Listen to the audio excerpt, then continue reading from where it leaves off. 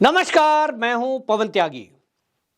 गुजरात दंगों पर BBC channel ने एक डॉक्यूमेंट्री तैयार की और इस डॉक्यूमेंट्री में पत्रकारों के कई इंटरव्यू, यहां तक कि बीबीसी की एक पत्रकार मोदी जी का इंटरव्यू कर रही है, उसको भी दिखाया गया। लेकिन यह एडिटेड है और इस एडिटेड जो इंटरव्यू है उसमें उन पार्टों को केवल दिखाया गया या उसमें बताया जा रहा है जहां मोदी जी कुछ आपत्तिजनक शब्द बोल रहे हैं। पूरे इंटरव्यू को कट करके केवल उन अंशों को प्रसारित किया गया जिससे कि देश के अंदर एक मैसेज जाए कि मोदी जी की वजह से ही गुजरात के दंगे हुए हैं। अब इसको लेकर जब मोदी सरकार ने डॉक्यूमेंट्री को भारत में बैन कर दिया, वामपंथी दल यहां तक कि कांग्रेसी भी इस डॉक्यूमेंट्री को देखने और दिखाने की जिद पर अड़े हैं। हमने देखा पिछले दिनों दिल्ली में जो जेएनयू है और जो जामिया है, वहां के छात्र इस बात पे अड़ गए कि हम तो सार्वजनिक रूप से इस डॉक्यूमेंट्री को देखेंगे। सवाल यह है कि जो डॉक्यूमेंट्री को सरकार ने बैन कर दिया, अब वो इलीगल हो गई। ये इलीगल काम इन्हें करना क्यों है? क्योंकि इनको जो ये डॉक्यूमेंट्री है ये बनने के पहले तैयार कर दिया गया था कि एक डॉक्यूमेंट्री बनेगी, फिर वो रिलीज करेंगे और उसमें मोदी को बदनाम करने के लिए आपको इसे प्रसारित करना है, एक मटेरियल पूरे देश में फैलाना है जिससे कि देश के अंदर एक मैसेज फैल जाए कि जो मोदी है ये तो मुस्लिम विरोधी है। क्योंकि मोदी सरकार 2014 के बाद से देश के सभी नागरिकों के दिल और दिमाग में एक बात लाना चाहती है कि मोदी या भाजपा या संघ सबका साथ, सबका विकास, सबका विश्वास, इस नीति पर चल रही है। आरएसएस को लेकर भी इसी तरह से बदनाम किया जाता था कि आरएसएस जो है वो तो दंगा कराती है, वो तो मुसलमानों को मार देंगे अगर सत्ता में आ गए।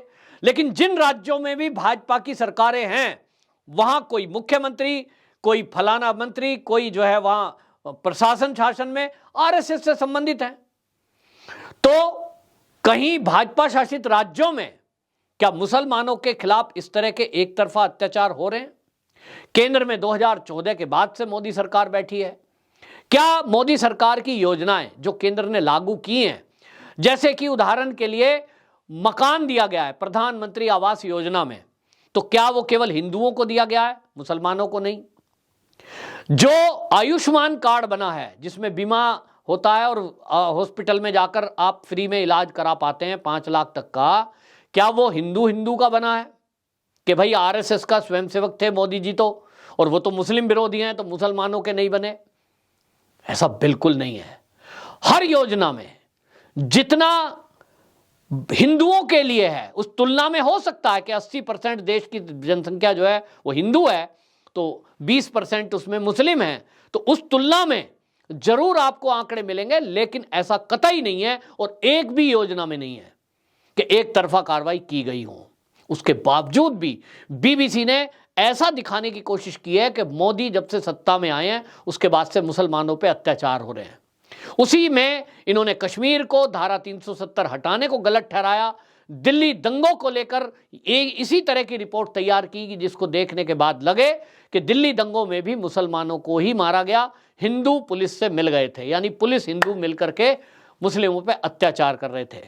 अब सवाल यह है कि इस तरह का झूठ फैलाने में ये जो वामपंथी हैं ये अभी तक अड़े हुए थे, लेकिन अब इस मामले को लेकर सुप्रीम कोर्ट तक में चले गए हैं और एक पीआईएल दाखिल कर दी है। और जैसा हमने देखा है कि जब भी कभी इस तरह के लोग एक्टिव होते हैं तो एक आश्चर्यजनक तरीके से एक सवाल उठता है कि सुप्रीम कोर्ट, जहां इस देश में करोड़ों केस पेंडिंग है, पीआईएल के नाम पे तत्काल सुनवाई को तैयार क्यों हो जाता है? क्या सुप्रीम कोर्ट ऐसे लोगों को यह मैसेज देना चाहता है कि जो मोदी विरोधी हो, जो सनातन विरोधी हो, जो देश विरोधी हो, उनकी हर बात को सुनने के लिए तत्काल तैयार है, तत्काल लिस्टेड कर देंगे, सुनवाई कर देंगे और फिर उस पर फैसला भी जल्दी दे देंगे? जबकि सुप्रीम कोर्ट ही था जिसने राम मंदिर पर कितने सालों लगा दिए फैसला देने में। मोदी सरकार ना होती तो वो भी फैसला नहीं आता, लटकाए रखते हैं। इसी मामले में काशी का मामला, यानी जो ज्ञानवापी श्रृंगार गौरी मंदिर है, उस मामले में हमने देखा कि सुप्रीम कोर्ट हिंदू पक्ष गए, उनको कह दिया गया आप जाओ, पहले निचली अदालत में जाओ, हम नहीं सुनेंगे।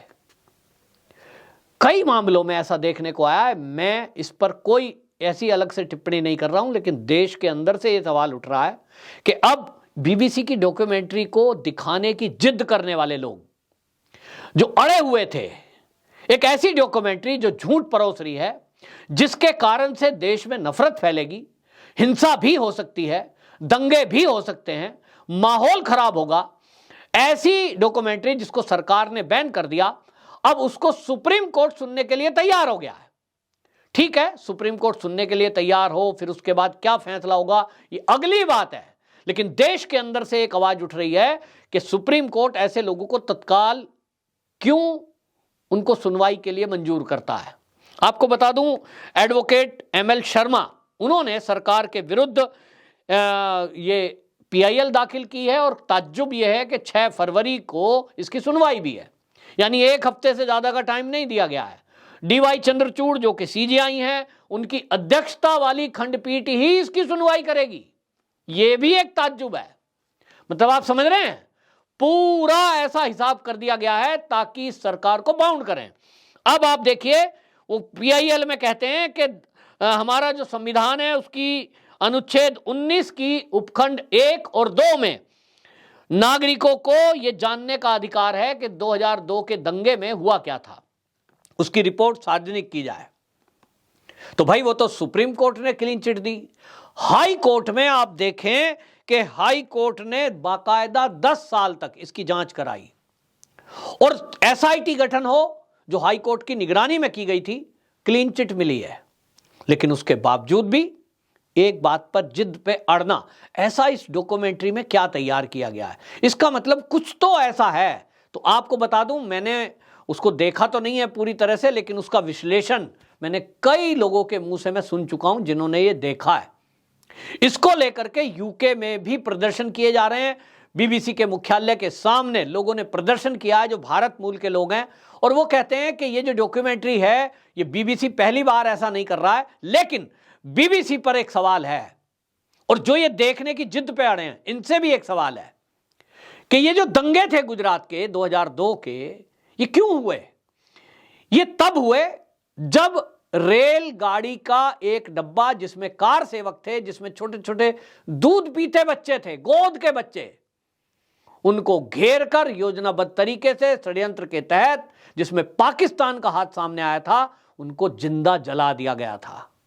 वो जो 59 कार सेवक मारे गए, उसकी कोई चर्चा इस डॉक्यूमेंट्री में नहीं है। तो क्या ये बीबीसी की डॉक्यूमेंट्री केवल ये दिखाना चाहती है कि इस देश में हिंदू सब ठीक हैं, और हिंदू अचानक से उठते हैं और मुसलमानों के ऊपर अत्याचार मारना शुरू कर देते हैं? इस डॉक्यूमेंट्री में उन मरे हुए पुलिस वाले जो मारे गए इन दंगों में 200 से 300 संख्या थी, वो उनको नहीं दिखाया गया, उन पर कोई बात नहीं है। पुलिस को एक तरफा दिखाया गया कि वो केवल मुस्लिमों के विरुद्ध शक्ति का प्रयोग कर रही थी, चाहे वो दिल्ली दंगे की हो, चाहे बात गुजरात की हो। लेकिन गुजरात के दंगों में जो 200 के करीब पुलिसकर्मी वो वीरगति को प्राप्त हुए, उनका जिक्र नहीं है। पूरे गुजरात के दंगों में 2002 में 200 से 300 हिंदू मारे गए, उनका कोई जिक्र इस डॉक्यूमेंट्री में नहीं है। तो फिर मनसा पर सवाल उठना लाजमी है। तो ये अंग्रेज 1947 में इस देश को छोड़कर तो चले गए, लेकिन इनको अभी भी लग रहा है कि ये भारत तो फिर से आगे बढ़ रहा है। तो उस समय इनके कुछ लोग रह गए सिस्टम में, और ये उनको पालते पोसते रह गए। आप उन लोगों की मानसिक दशा देखिए कि वो इस देश में आपके और मेरे टैक्स के पैसे से पढ़ रहे हैं, जो जेएनयू में पढ़ रहे हैं। 200-300 रुपए फीस जाती है बस हॉस्टल की, पीना, हॉस्टल, ये 200-300 रुपए फीस देकर के पढ़ने वाले बालक, जिनको पढ़ाई पर ध्यान देना चाहिए, वो इस डॉक्यूमेंट्री को दिखाने पे अड़े हुए हैं, क्योंकि उनको एक एजेंडा सेट करने के लिए इस्तेमाल कर रही हैं राजनीतिक पार्टियां। और ये वर्षों से हो रहा है। आपका और हमारा पैसा टैक्स का, उन पर वो पल रहे हैं, लेकिन ये एजेंडा चलाएंगे अंग्रेजों का। ये उनका चलाएंगे जिन्होंने हमारे देश को अवैध रूप से गुलाम बना के रखा, हमारे ऊपर अत्याचार किए। अगर आप गूगल करेंगे तो शायद जानकारी कम मिलेगी, लेकिन यदि आप तथ्य खोजेंगे तो पता लगेगा कि इन अंग्रेजों को भगाने के लिए हमारे कितने ही नौजवान वीरगति को प्राप्त हुए। त्याग, तपस्या, बलिदान, महिलाओं तक ने, बच्चों तक ने, कितने अत्याचार इन अंग्रेजों ने किए। और आज जब देश आजाद हो गया है, उसके बाद इनको लगता है कि इस देश में ये तरक्की कैसे कर लेगा, ये देश हमसे आगे कैसे बढ़ जाएगा। तो देश के अंदर जो उनके बैठे हुए गद्दार हैं, उनके पिट्ठू हैं, उनको जिन्हों को उन्होंने पाला पोसा है, ऐसे पत्रकार, ऐसे उद्योगपति, ऐसे राजनीतिक दल के लोग, और अब उसमें स्टूडेंट भी सामने दिखाई दे रहे हैं, उनके चेहरे ठीक से पहचान लो।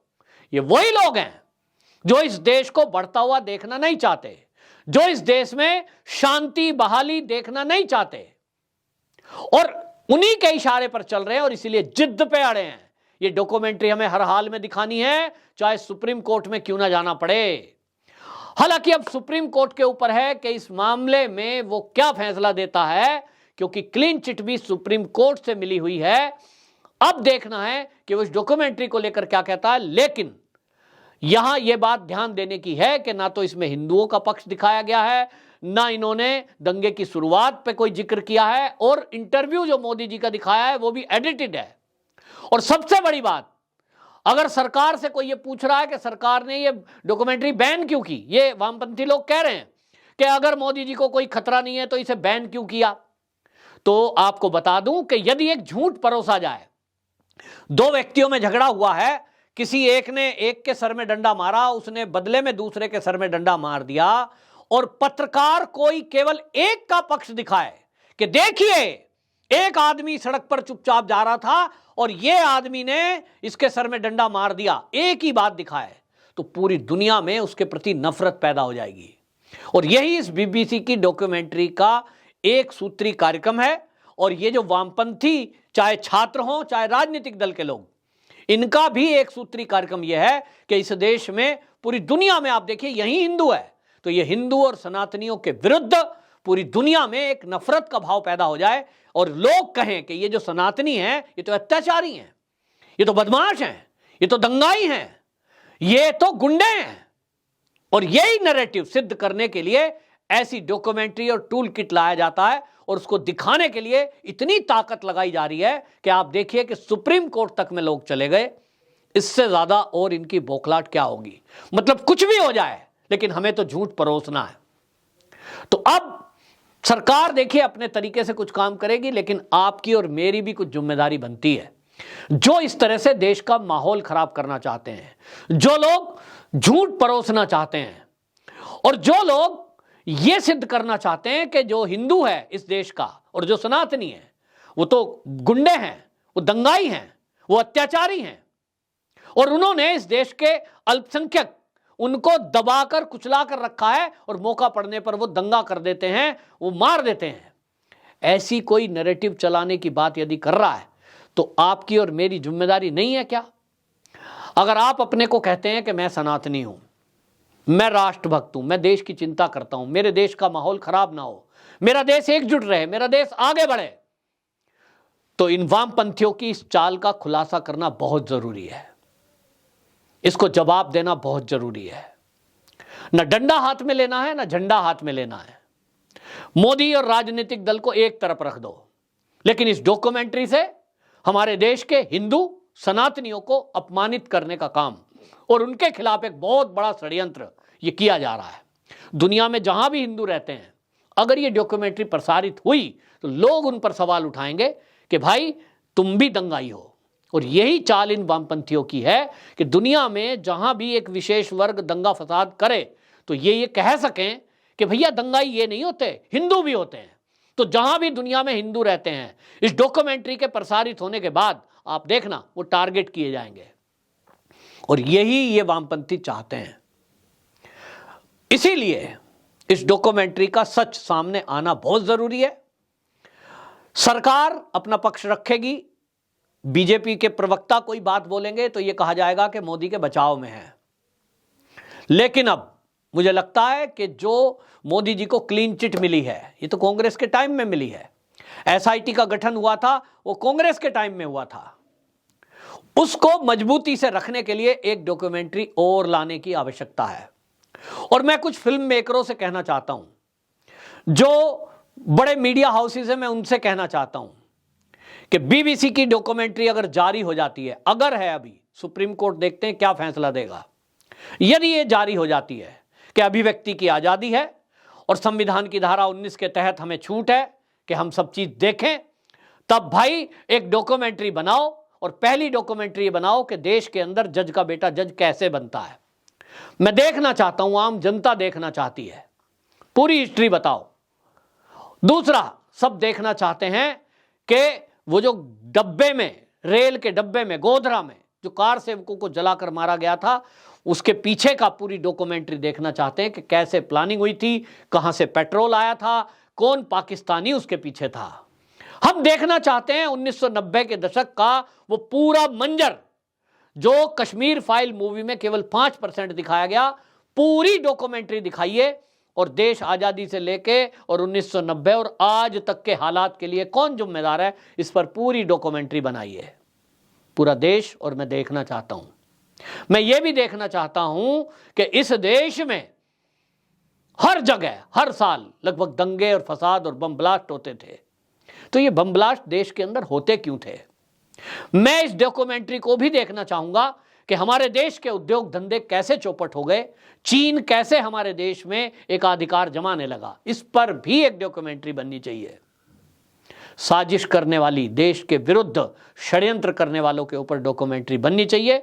और अगर सुप्रीम कोर्ट से यह फैसला आ जाता है कि इस डॉक्यूमेंट्री को नहीं रोका जाए, तो मेरा आग्रह है कि आपके पास भी मोबाइल है, अभिव्यक्ति की आजादी अगर मिलती है इस बात की, तो फिर अपने अपने गली मोहल्ले में हुए दंगों की डॉक्यूमेंट्री बनाइए, फिर तो किसी को भी नहीं रोका जा सकता। लेकिन मैं समझता हूं कानून के जानकार जो लोग हैं, उनका कहना है कि हमारा कानून किसी भी ऐसी वीडियो या कोई खबर को प्रसारित होने का अधिकार नहीं देता जिससे देश का माहौल खराब होता हो। देखना होगा सुप्रीम कोर्ट क्या फैसला देता है, और यह भी देखना होगा कि इसके बारे में अब सरकार क्या कदम उठाती है। आपकी क्या राय है, कमेंट बॉक्स में जरूर लिखें और इस वीडियो को शेयर जरूर करें। वंदे मातरम।